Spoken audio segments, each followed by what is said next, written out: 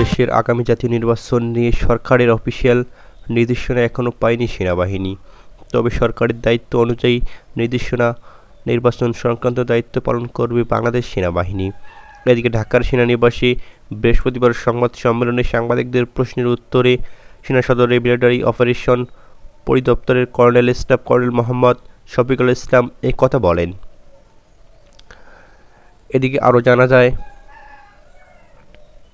সাংবাদিকদের প্রশ্ন ছিল, রাজনৈতিক দলের সঙ্গে বৈঠকের পর সরকারের পক্ষ থেকে আগামী ফেব্রুয়ারিতে বলা হয়েছে, এক্ষেত্রে সেনাবাহিনী নির্বাচনের প্রস্তুতি নিচ্ছে কিনা। উত্তরে শফিকুল ইসলাম বলেন, এখনও সরকারের পক্ষ থেকে অফিসিয়াল কোনো নির্দেশনা পাইনি আমরা।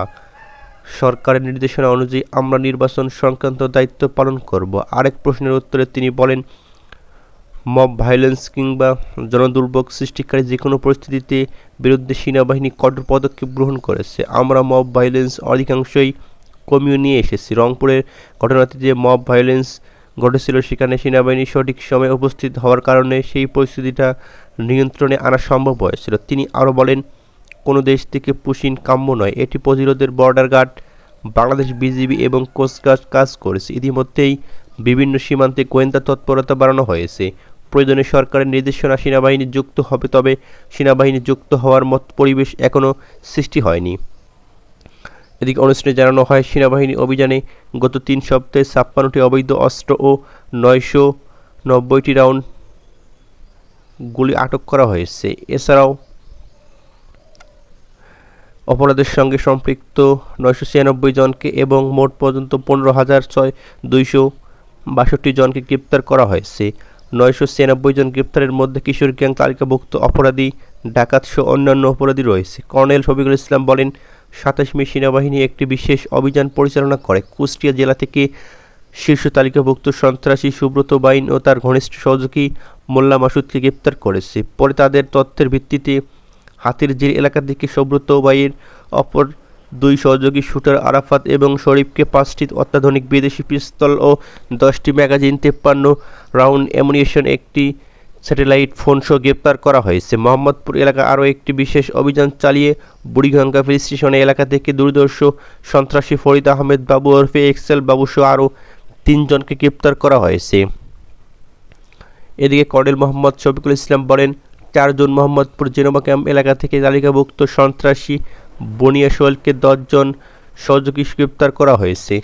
মাদকের বিরুদ্ধে অভিযানে গত 3 সপ্তাহে 452 জন মাদক কারবারি এবং আগস্ট থেকে এ পর্যন্ত মাদকের সঙ্গে সংশ্লিষ্ট 5,476 জনকে গ্রেপ্তার করেছে বাংলাদেশ সেনাবাহিনী। এদিকে ক্ষমতাচ্যুত আওয়ামী লীগ সরকারের ঘনিষ্ঠ বিরুদ্ধে দেশ থেকে মোটা অঙ্কের টাকা পাচারের তথ্য বেরিয়ে আসছে।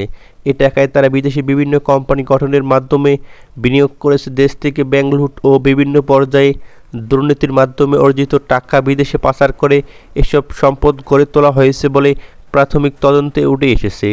এর মধ্যে এখন পর্যন্ত সাবেক প্রধানমন্ত্রী শেখ হাসিনার বোন শেখ রেহানার বাড়ি, শেখ রেহানার মেয়ে যুক্তরাজ্যের সাবেক মন্ত্রী টিউলিপ সিদ্দিকের লন্ডনে একটি বিলাসবহুল ফ্ল্যাট শনাক্ত হয়েছে। পতিত প্রধানমন্ত্রীর ছেলে সজীব ওয়াজেদ জয়ের অফশোর বিনিয়োগের তথ্য অনুসন্ধান চলছে। এছাড়া প্রধানমন্ত্রীর বেসরকারি খাত বিষয়ক উপদেষ্টা ও বেক্সিমো গ্রুপের কর্ণধার সালমান এফ রহমানের ছেলে ও ভাতিজার নামে বিলাসবহুল বাড়ি পাওয়া গেছে। আওয়ামী লীগ সরকারের সাবেক ভূমিমন্ত্রী সাইফুজ্জামান চৌধুরী জাবেদের নামে বাড়ি, ফ্ল্যাট, গাড়ি, ব্যবসা প্রতিষ্ঠান ও ব্যাংক অর্থ জমার তথ্য পাওয়া গেছে। এছাড়া আওয়ামী লীগ সরকারের সময় আলোচিত বড় ধরনের দুর্নীতি ঘটনাগুলোর সঙ্গে সরকারের একাধিক সংস্থা থেকে তদন্ত চলছে বলে ধারণা করা হচ্ছে। এর মধ্যে বাংলাদেশ আর্থিক গোয়েন্দা ইউনিট বা বিএফআইইউ, দুর্নীতি দমন কমিশন বা দুদক, জাতীয় রাজস্ব বোর্ডের কেন্দ্রীয় গোয়েন্দা সেল বা সিআইএ, পুলিশের অপরাধ তদন্ত বিভাগ সিআইইউ আছে। পাশাপাশি আন্তর্জাতিক একাধিক তদন্ত সংস্থার সহায়তা নেওয়া হচ্ছে। এখন পর্যন্ত এদের তদন্তের ভিত্তিতে তৈরি প্রতিবেদন থেকে এসব তথ্য পাওয়া গিয়েছে। জাতীয় রাজস্ব বোর্ডের সহযোগী সংস্থা কেন্দ্রীয় গোয়েন্দা সেল বা সিএসি দেশ থেকে টাকা পাচারের ঘটনা ব্যাপকভাবে তদন্ত করেছে।